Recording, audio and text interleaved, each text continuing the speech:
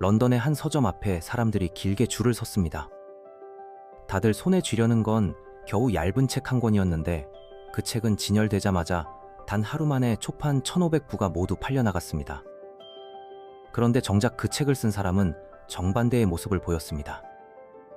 그는 자신의 생각을 20회 가까이 서랍 속에 넣어두고 세상에 꺼내놓기를 계속해서 주저했던 사람이었거든요. 완성된 이론을 손에 쥐고도 발표를 미룬다는 것, 보통 사람이라면 쉽게 이해되지 않는 선택이죠. 그 이론이 자신의 명성은 물론 가족의 삶까지 뒤흔들 수 있다는 걸 그는 이미 알고 있었습니다. 그 주인공이 바로 찰스 다윈입니다. 그럼 왜 이런 일이 벌어졌는지 하나씩 살펴보겠습니다.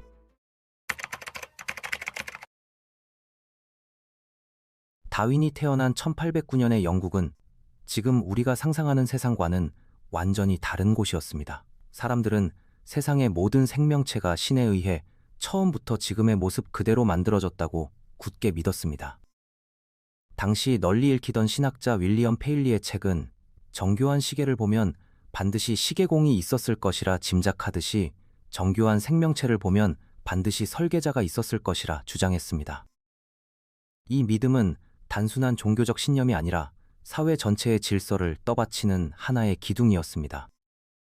생물이 변한다는 생각, 종이 시간이 지나며 바뀐다는 생각은 그 시대 사람들에게는 신성모독에 가까운 위험한 발상이었죠. 이런 세상에서 자란 소년이 훗날 그 질서를 통째로 뒤흔들게 될 줄은 그 자신조차 상상하지 못했을 겁니다. 흥미로운 건 다윈의 집안에도 이미 비슷한 씨앗이 숨어 있었다는 사실입니다. 그의 할아버지 이레즈머스 다윈은 시를 쓰던 과학자였는데 식물과 곤충의 몸에서 쓸모없어 보이는 흔적 기관을 눈여겨보곤 했습니다. 그는 사람의 몸에 남은 흔적, 이를테면 남자에게도 젖꼭지가 있다는 사실 같은 것들을 근거로 생명이 시간에 따라 변화한다는 상상을 이미 글로 남긴 인물이었습니다. 하지만 상상력 풍부한 할아버지와 아버지 로버트의 사이는 그리 가깝지 않았습니다. 그 영향으로 어린 다윈은 할아버지의 생각을 제대로 접해보지도 못한 채 자랐고 대신 그를 기다린 건 의사가 되어야 한다는 아버지의 확고한 기대뿐이었습니다. 아버지 로버트는 키가 190cm를 넘고 몸무게도 상당했던 거구의 인물이었는데 다윈은 훗날 그를 두고 자신이 본 사람 중 가장 큰 사람이었다고 회고했습니다. 다윈 집안은 아이가 6이었는데 형 이레즈머스와 누나 넷 사이에서 자란 그는 특히 9살 위누나 캐럴라인의 보살핌을 많이 받았습니다. 그런데 정작 소년 다윈이 몰두했던 건 공부가 아니라 딱정벌레와 조개껍데기, 광물을 모으는 일이었습니다. 8살 때 어머니를 여인 그는 9살 위 누나의 손에 이끌려 첫 교육을 받았습니다. 이후 기숙학교에 들어가서도 집이 그리워 밤마다 몰래 뛰쳐나가곤 했다고 그는 훗날 자서전에서 솔직하게 회고했습니다. 성적은 그저 그런 수준이었고 아버지는 아들이 사냥과 채집에만 정신이 팔려 있다며 못마땅해 했습니다. 실제로 아버지 로버트는 한때 아들에게 이렇게 쏘아붙인 적도 있었습니다. 너는 사냥이나 개, 쥐잡기 말고는 아무 관심이 없구나. 너 자신은 물론이고 온 집안 망신이 될 거다. 이 한마디는 훗날 다윈이 스스로를 평범한 소년으로 기억하게 만든 이유 중 하나가 되었습니다. 16살, 아버지의 뜻에 따라 다윈은 에든버러 대학교 의학부에 입학합니다. 하지만 마취도 없이 이루어지던 당시 수술실의 현실은 그에게 견디기 힘든 충격이었습니다. 그는 수술 장면을 2번 목격한 뒤 다시는 해부학 강의실에 발을 들이지 않았다고 훗날 고백했습니다. 지루하기 짝이 없는 강의 역시 그의 흥미를 조금도 자극하지 못했죠. 결국 2년 만에 그는 의학 공부를 완전히 포기하게 되는데 형이 먼저 같은 길을 그만둔 전례가 있었기에 아버지도 크게 반대하지는 못했습니다. 그래도 에든버러 시절이 완전히 헛되지는 않았습니다. 그는 그곳에서 만난 동물학자 로버트 그랜트를 통해 생물이 시간에 따라 변한다는 급진적인 사상을 처음 접하게 됩니다. 당시만 해도 다윈은 그런 생각에 크게 동요하지 않았지만 훗날 돌이켜보면 이 만남이야말로 그의 마음 한구석에 작은 불씨를 남긴 순간이었습니다. 대신 아버지가 다음으로 내민 카드는 성직자의 길이었습니다. 케임브리지 크라이스트 칼리지에 들어간 다윈은 이번에도 공부보다는 사격과 승마에 마음을 빼앗겼다고 스스로 인정했습니다. 그런데 바로 이 시기, 별 생각 없이 흘려보낸 것처럼 보였던 대학 생활이 뜻밖의 전환점을 만들어줍니다. 식물학 교수 존 헨슬로와의 만남이었습니다.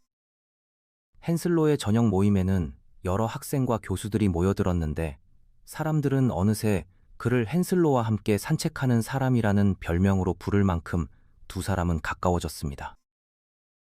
당시만 해도 아무도, 심지어 다윈 자신조차도 이 다정한 산책이 훗날 인류의 지식 지도를 통째로 바꿔놓을 항해로 이어질 줄은 짐작하지 못했습니다. 산책을 함께하고 대화를 나누며 자연스럽게 스승과 제자 이상의 관계로 발전했고, 이 인연은 훗날 다윈의 인생 전체를 바꾸는 결정적인 다리가 됩니다.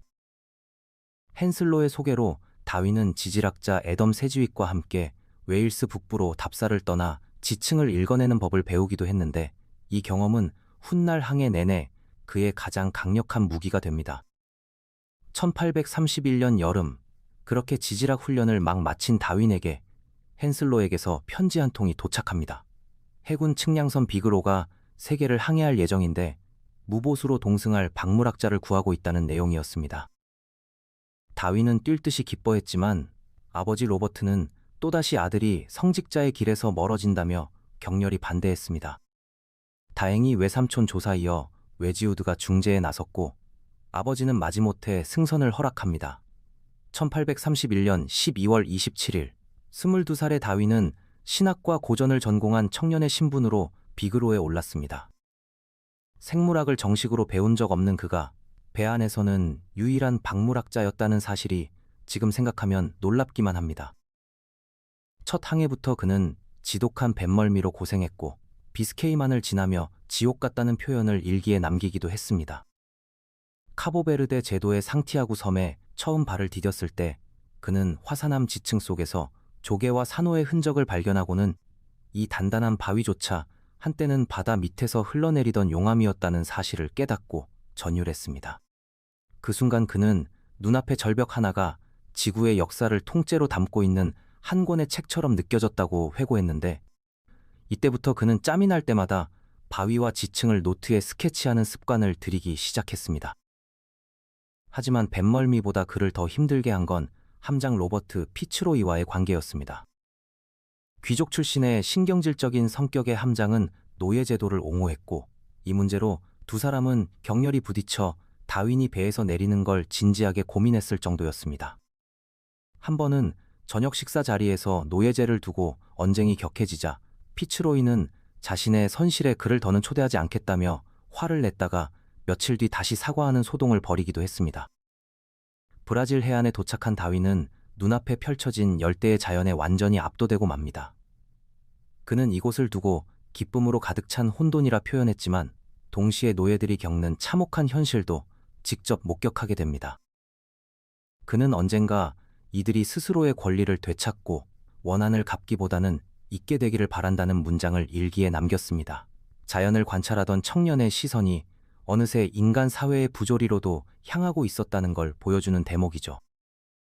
남미 남단 티에라델푸에고에서는 함장 피츠로이가 이전 항해에서 데려가 서구식으로 교육시킨 원주민 3명을 다시 고향으로 돌려보내는 광경을 지켜보게 됩니다. 양배추와 찻잔, 포도주 잔 같은 물건들을 잔뜩 안겨준 채 낯선 문명의 옷을 입혀 돌려보내는 이 모습에 다윈은 깊은 불편함을 느꼈다고 훗날 털어놓았습니다. 남미의 초원 파타고니아를 말을 타고 가로지르던 그는 극심한 갈증과 피로, 그리고 밤마다 들려오는 제규어의 울음소리에 시달렸다고 기록했습니다. 그러던 어느 날 그는 거대한 나무늘보와 아르마딜로의 화석을 발견합니다. 한 번은 우루과이 몬테비데오에 정박했을 때 마침 도시에서 혁명이 벌어져 다윈과 동료들은 총성이 오가는 거리를 지나 가까스로 배로 돌아와야 했던 아찔한 순간도 겪었습니다. 이런 급박한 상황 속에서도 그는 채집한 표본을 잃어버리지 않으려 가방을 품에 꼭 끌어안고 뛰었다고 훗날 웃으며 회고했습니다. 이 화석들이 지금 살아있는 작은 동물들과 놀랍도록 닮아 있다는 사실에 그는 깊은 의문을 품기 시작했습니다. 멸종한 거대한 동물과 지금 살아있는 작은 동물이 어째서 이토록 비슷한 걸까? 이 물음은 오랫동안 그의 머릿속을 맴돌았습니다. 안데스 산맥을 오르며 다윈은 정체 모를 병까지 얻습니다.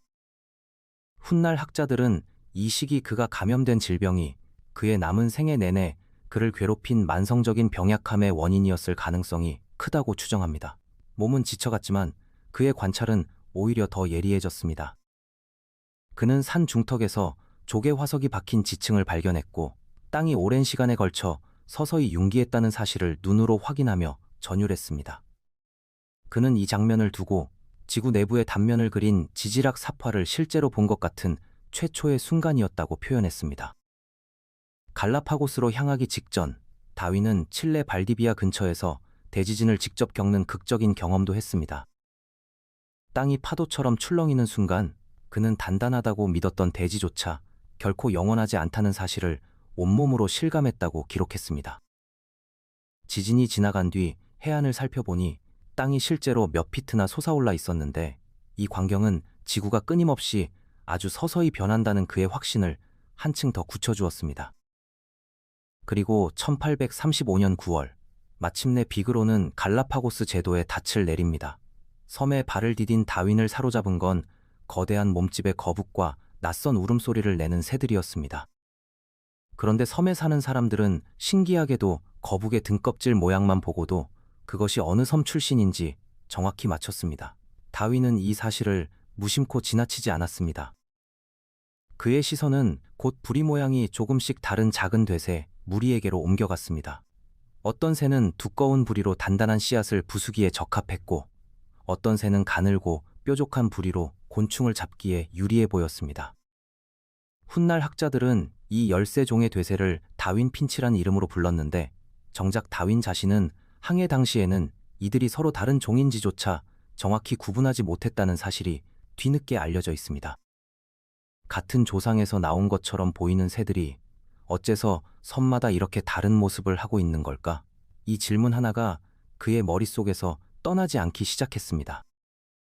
사실 그는 처음 새를 채집할 당시 어느 표본이 어느 섬에서 나왔는지 정확히 기록해두지 않는 실수를 저질렀는데 뒤늦게 이 사실을 깨닫고 크게 후회했다고 전해집니다. 당시 다윈이 남긴 기록을 보면 그가 곧바로 정답을 확신했던 건 아니라는 사실이 드러납니다. 그는 일기에 이 섬들이 서로 가까이 붙어 있고 살아가는 동물의 종류도 그리 많지 않은데 이 새들은 구조가 조금씩만 다를 뿐 자연에서 차지하는 자리는 똑같다고 적었습니다. 결국 이들은 그저 하나의 변종일 뿐이라는 의심이 든다고 그는 조심스럽게 털어놓았습니다. 확신이 아니라 의심, 결론이 아니라 질문이었던 셈이죠. 하지만 이 작은 의심이야말로 훗날 세상을 뒤흔들 거대한 이론의 첫 씨앗이 되었습니다. 배는 곧 태평양을 가로질러 호주와 뉴질랜드를 거쳐 다시 대서양을 지나 영국으로 향했습니다. 5년에 가까운 항해 끝에 다윈은 마침내 고향 슈루즈베리로 돌아옵니다. 그는 가족의 따뜻한 환영을 받았고 아들의 놀라운 발견에 감탄한 아버지도 그제야 그의 진로를 인정해 주었습니다. 배 안에서 그는 이미 마음속으로 어떤 확신에 다가서고 있었지만 그 확신을 입 밖으로 꺼내는 순간 자신의 삶 전체가 뒤흔들릴 수 있다는 것도 동시에 예감하고 있었습니다. 하지만 정작 진짜 이야기는 그가 배에서 내린 바로 그 순간부터 시작됩니다. 훗날 다윈은 항해가 자신의 인생에서 단 하나의 사건을 꼽으라면 단연 첫손에 꼽을 만큼 자기 인격 전체를 결정한 시간이었다고 회고했습니다. 5해에 이르는 항해를 통해 사냥과 채집에 빠져 살던 철없는 청년은 어느새 세상을 다르게 보는 눈을 가진 관찰자로 완전히 바뀌어 있었습니다. 왜냐하면 이때부터 다윈은 인생에서 가장 길고 무거운 침묵의 시간을, 무려 20년에 가까운 시간을 홀로 견뎌내야 했기 때문입니다. 손안에 세상을 뒤집을 답을 쥐고도 선뜻 꺼내놓지 못했던 그 시간, 대체 그의 마음속에서는 무슨 일이 벌어지고 있었던 걸까요? 세상을 바꿀 답을 손에 쥔 채로 다윈은 무려 20년 가까이 그 답을 서랍 속에 가둬두었습니다. 왜 그랬을까요? 런던으로 돌아온 그는 곧바로 노트를 펼쳐 자신만의 이론을 정리하기 시작했지만 그 노트에는 언제나 비밀이라는 단어가 함께 따라다녔습니다. 사람들 앞에서는 산호초와 지질학을 이야기하면서도 마음속 깊은 곳에서는 세상 전체와 맞서야 할 하나의 생각을 홀로 키워가고 있었던 겁니다. 그 생각을 마침내 세상에 내놓기까지 그는 사랑하는 아내와의 갈등, 어린 자식을 잃은 슬픔, 그리고 한 젊은 학자로부터 도착한 뜻밖의 편지까지 견뎌내야 했습니다. 그럼 그가 왜 그토록 오랜 시간 이 생각을 감춰야 했는지 지금부터 하나씩 풀어보겠습니다. 1837년 7월, 다윈은 노트 한 권을 새로 펼치고 종의 변화라는 제목을 붙였습니다. 그리고 채 1년이 조금 넘는 시간 만에 그는 오늘날 자연선택이라 불리는 이론의 뼈대를 스스로 완성해냈습니다.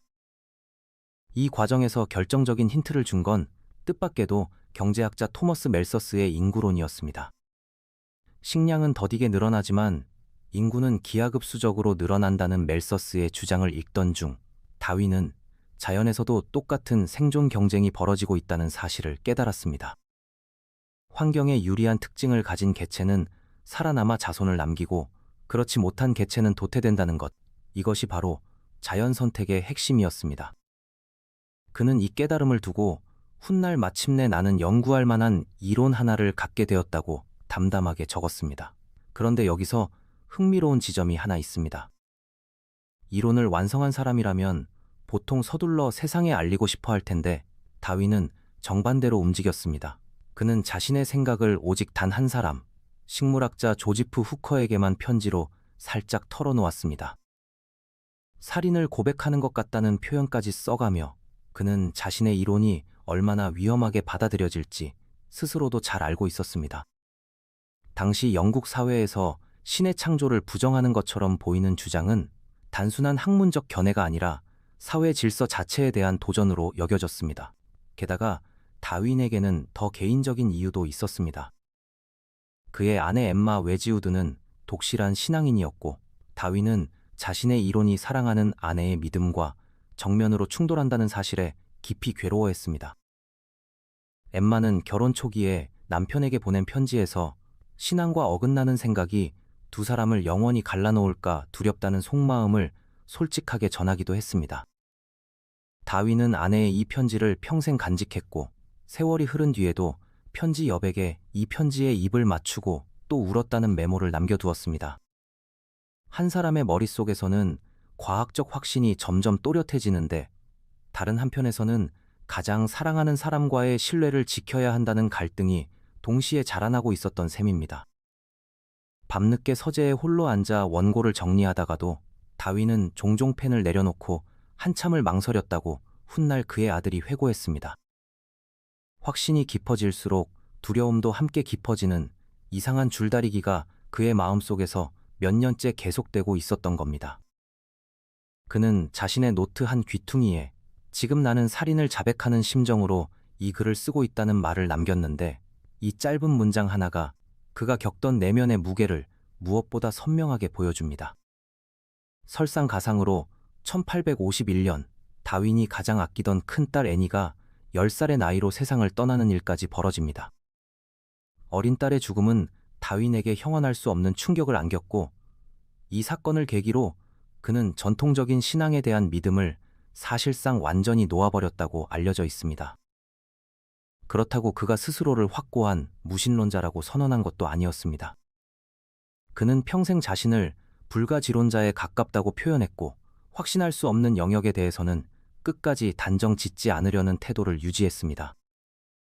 이렇게 개인적인 고통과 사회적 두려움이 겹겹이 쌓이면서 다윈은 이론을 세상에 내놓는 대신 증거를 쌓는 쪽을 선택합니다. 그는 무려 8년에 가까운 세월을 따개비라는 작은 갑각류 연구에만 몰두했는데 이 연구를 통해 같은 종 안에서도 개체마다 놀랍도록 다양한 변이가 존재한다는 사실을 촘촘히 입증해 나갔습니다. 주변 사람들은 그가 발표를 미루는 진짜 이유를 짐작조차 하지 못한 채 그저 완벽주의 성향이 강한 학자의 유별난 습관 정도로만 여겼습니다. 하지만 다윈에게 이 지루한 반복 작업은 세상과 맞설 용기를 조금씩 벌어들이는 시간이기도 했습니다. 동료들 사이에서는 그가 대체 언제까지 따개비만 들여다볼 것이냐는 우스갯소리가 나올 정도였다고 전해집니다. 그의 어린 아들 하나는 친구 집에 놀러 갔다가 다른 집 아버지는 서재에서 따개비를 연구하지 않는다는 사실을 알고 진심으로 놀랐다는 일화까지 전해질 정도입니다. 다운하우스에 틀어박힌 그는 세상에 내놓을 논리를 한 겹 한 겹 쌓아 올리면서도 정작 그 논리를 발표할 용기는 좀처럼 내지 못하고 있었습니다. 그러던 1858년 6월, 다윈의 책상 위로 편지 한 통이 도착합니다. 보낸 사람은 말레이 제도에서 표본을 채집하던 젊은 박물학자 알프레드 러셀 월리스였습니다. 편지 속에는 논문 한 편이 동봉되어 있었는데 그 내용을 읽어 내려가던 다윈은 그 자리에서 얼어붙고 말았습니다. 월리스가 정리한 이론이 자신이 20년 가까이 홀로 다듬어온 자연선택 이론과 놀라울 만큼 똑같았기 때문입니다. 다윈은 이 순간을 두고 이보다 더 놀라운 우연은 본 적이 없다고 토로했습니다. 자신이 먼저 떠올린 생각이지만 발표를 미뤄온 사이 다른 사람이 같은 결론에 도달해버린 겁니다. 이대로라면 20년의 침묵은 결국 평생의 후회로 남을 수도 있는 상황이었습니다. 다윈은 이 사실을 친구인 라이엘과 후커에게 솔직하게 털어놓았고 두 사람은 다윈의 명예도 지키고 월리스의 공로도 인정하는 절충안을 마련합니다. 그렇게 1858년 7월 1일 린네 학회에서 다윈과 월리스의 논문이 나란히 함께 발표되었습니다. 다행히 월리스는 이 상황을 원망하지 않았습니다. 오히려 그는 자신보다 훨씬 오래, 훨씬 방대하게 증거를 쌓아온 다윈이 이론의 대표자가 되는 것이 마땅하다고 생각했고 두 사람은 이후로도 평생 서로를 존중하는 편지를 주고받았습니다. 흥미롭게도 정작 이 역사적인 발표가 있던 날 다윈은 학회장에 나타나지도 못했습니다. 바로 며칠 전 어린 막내 아들을 성홍열로 떠나보낸 슬픔 속에 잠겨 있었기 때문입니다. 이 발표를 계기로 다윈은 마침내 마음을 굳히고 자신의 이론을 정식으로 책으로 완성하는 작업에 착수합니다. 그는 원래 훨씬 방대한 분량을 계획하고 있었지만 서둘러 핵심만 추려 단 13달 만에 원고를 완성했습니다. 그렇게 1859년 11월 24일 마침내 종의 기원이 세상에 나옵니다. 초판 1500부는 출간 단 하루 만에 모두 팔려나갔고 이 가운데 500부는 대출 도서관이 한꺼번에 사들일 정도로 세상의 반응은 그야말로 폭발적이었습니다. 책의 내용은 결코 가볍지 않았습니다. 그는 사육사들이 비둘기나 개를 교배시켜 원하는 형질을 얻어내는 인위 선택의 사례부터 차근차근 풀어나가며 자연에서도 비슷한 원리가 훨씬 더 거대한 규모로 작동한다는 것을 촘촘히 증명해 보였습니다. 과학계의 반응은 극명하게 갈렸습니다. 동물학자 토머스 헉슬리는 책을 읽고 나서 어째서 나는 이 생각을 미처 하지 못했을까 하며 무릎을 쳤다고 전해집니다. 반면 종교계에서는 격렬한 반발이 터져나왔고 일부 성직자는 다윈을 두고 영국에서 가장 위험한 인물이라 부르기까지 했습니다. 이 갈등은 1860년 옥스퍼드에서 열린 한 공개 토론에서 정점을 찍습니다. 윌버포스 주교는 헉슬리에게 당신은 할아버지 쪽과 할머니 쪽 중 어느 쪽이 원숭이의 후손이냐고 조롱 섞인 질문을 던졌습니다. 헉슬리는 조금도 물러서지 않고 진실을 왜곡하려는 사람과 조상을 나누느니 차라리 원숭이를 조상으로 삼겠다고 응수했습니다. 이 대답의 청중석에서는 실제로 실신하는 사람까지 나왔다고 전해질 만큼 회장이 술렁였습니다. 정작 이 뜨거운 논쟁의 한복판에서 다윈 자신은 병 때문에 다운하우스에 머물며 소식을 전해 듣기만 했습니다. 그는 헉슬리에게 감사의 편지를 보내며 어떻게 그렇게 대담하게 살아있는 주교를 공격할 수 있었느냐고 짓궂게 농담을 건네기도 했습니다. 몸이 약해 논쟁의 현장에 서지 못하는 자신을 대신해 싸워주는 동료들을 지켜보며 다윈은 이따금 스스로가 겁쟁이는 아닐까 자책했다고도 전해집니다. 하지만 그는 이내 자신의 몫은 논쟁이 아니라 흔들림 없는 증거를 쌓는 일이라며 마음을 다잡았습니다. 여기서 오늘날까지도 아주 자주 반복되는 오해 하나를 이쯤에서 확실하게 짚고 넘어가야 할 것 같습니다. 사람들이 다윈에 대해 가장 흔하게 잘못 알고 있는 대표적인 부분이기도 하거든요. 많은 사람이 다윈이 인간은 원숭이에서 진화했다고 주장했다고 알고 있지만 이는 정확한 설명이 아닙니다.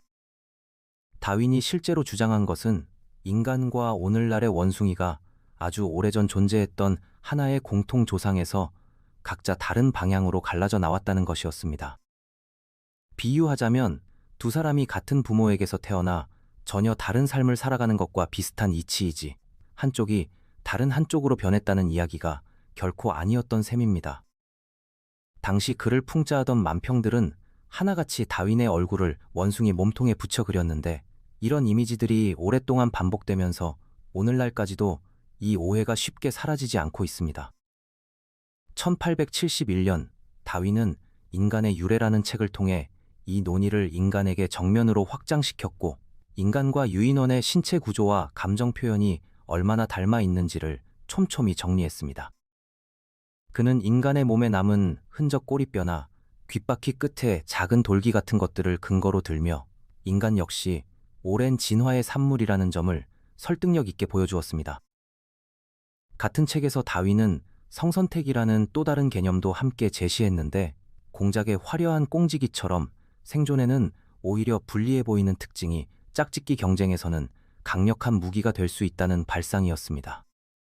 1872년에는 인간과 동물의 감정 표현이라는 책도 펴냈는데 그는 갓난아기와 정신병원 환자들의 표정 사진을 수백 장 수집해 분석하며 인간의 감정 표현이 문화를 뛰어넘어 놀랍도록 보편적이라는 사실을 밝혀냈습니다. 개가 화가 나면 이빨을 드러내고 백조가 위협을 느끼면 날개를 활짝 펼치는 것처럼 그는 이런 몸짓 하나하나가 오랜 진화 과정에서 생존을 위한 준비 동작으로부터 비롯되었다고 설명했습니다. 다운하우스에서 다윈은 10명의 자녀를 낳아 길렀는데 그는 아이들과 함께 뒹굴며 노는 것을 즐기는 자상한 아버지였고 자녀의 성장 과정을 마치 또 하나의 관찰 노트처럼 세심하게 기록해 두기도 했습니다. 그런 그였기에 큰딸 애니를 비롯해 세 자녀를 어린 나이에 앞세워야 했던 상실은 그에게 평생 지워지지 않는 그늘로 남았습니다. 말년의 다윈은 화려한 명성과는 어울리지 않게 평생 크고 작은 병치레에 시달리는 조용한 삶을 살았습니다. 그는 다운하우스의 정원에 벌레돌이라는 것을 묻어두고 지렁이가 흙을 얼마나 서서히 움직이는지를 몇 년에 걸쳐 관찰하는 일에 몰두하기도 했습니다. 거대한 이론을 완성한 학자가 말년에는 작은 지렁이의 움직임을 몇 밀리미터 단위로 기록하고 있었다는 사실은 그가 얼마나 한결같은 관찰자였는지를 잘 보여줍니다. 그는 심지어 지렁이 옆에서 피아노의 낮은 음을 연주하며 소리에 대한 반응까지 세심하게 실험했다고 전해집니다. 1882년 4월 19일 73번째 생일을 갓 지난 다윈은 조용히 눈을 감았습니다. 그의 유해는 처음 바랐던 것과 달리 다운하우스가 아니라 웨스트민스터 사원에 안장되었고 아이작 뉴턴의 묘 바로 곁자리가 그에게 주어졌습니다. 평생 논쟁을 두려워했던 조용한 학자가 죽어서는 영국 과학사에서 가장 영예로운 자리에 눕게 된 셈입니다. 흥미롭게도 훗날 카를 마르크스는 자신의 책 자본론을 다윈에게 헌정하고 싶어 여러 차례 요청했지만 다윈은 이를 정중히 거절했다고 전해질 만큼 그의 이름은 과학을 넘어 정치와 사상의 영역에서도 뜨거운 화두가 되었습니다. 오늘날 다윈의 자연선택 이론은 생물학의 가장 단단한 토대로 자리 잡았습니다. 유전학과 의학은 물론 컴퓨터가 스스로 더 나은 답을 찾아가는 유전 알고리즘에 이르기까지 그가 남긴 사고방식은 지금도 우리 삶 곳곳에서 조용히 그러나 확실하게 작동하고 있습니다. 항생제에 내성을 가진 세균이 나타나는 원리, 바이러스가 끊임없이 변이를 일으키는 이유, 심지어 기업들이 경쟁 속에서 살아남는 전략을 설명할 때조차 사람들은 여전히 그가 다듬은 생존과 적응이라는 언어를 빌렸습니다. 흥미롭게도 다윈은 종의 기원의 마지막 문장에서 이토록 단순한 시작에서 가장 아름답고 놀라운 형태들이 끝없이 진화해왔고 지금도 진화하고 있다는 이 생명관에는 장엄함이 있다고 적었습니다. 20에 가까운 침묵 끝에 나온 이 한 문장에는 두려움과 확신 사이에서 오래도록 흔들렸던 한 인간의 진심이 고스란히 담겨 있는 듯합니다. 돌아보면 다윈의 삶은 화려한 발견의 연속이 아니라 확신과 두려움 사이에서 끊임없이 흔들리던 한 인간의 기록에 가까웠습니다. 그는 세상을 바꿀 답을 쥐고도 그 답이 가족과 사회에 안길 파장을 먼저 걱정했던 사람이었습니다. 우리 역시 살아가면서 확신은 있지만 선뜻 꺼내놓지 못하는 생각들을 하나쯤은 품고 있지 않을까요? 그것이 새로운 도전일 수도 있고 오래 눌러둔 진심일 수도 있습니다. 다윈의 이야기는 우리에게 정답을 알려주지 않습니다. 다만 어떤 생각이든 세상에 내놓는 순간에는 반드시 무게가 따른다는 사실을, 그리고 그 무게를 견디고 나서야 비로소 세상이 조금씩 움직인다는 사실을 조용히 보여줄 뿐입니다. 여러분이 만약 다윈이었다면 그 20회의 침묵을 묵묵히 견디셨을까요? 아니면 더 일찍 세상 앞에 당당히 맞서셨을까요? 여러분이라면 어떤 선택을 했을지 댓글로 편하게 이야기를 들려주시면 좋겠습니다.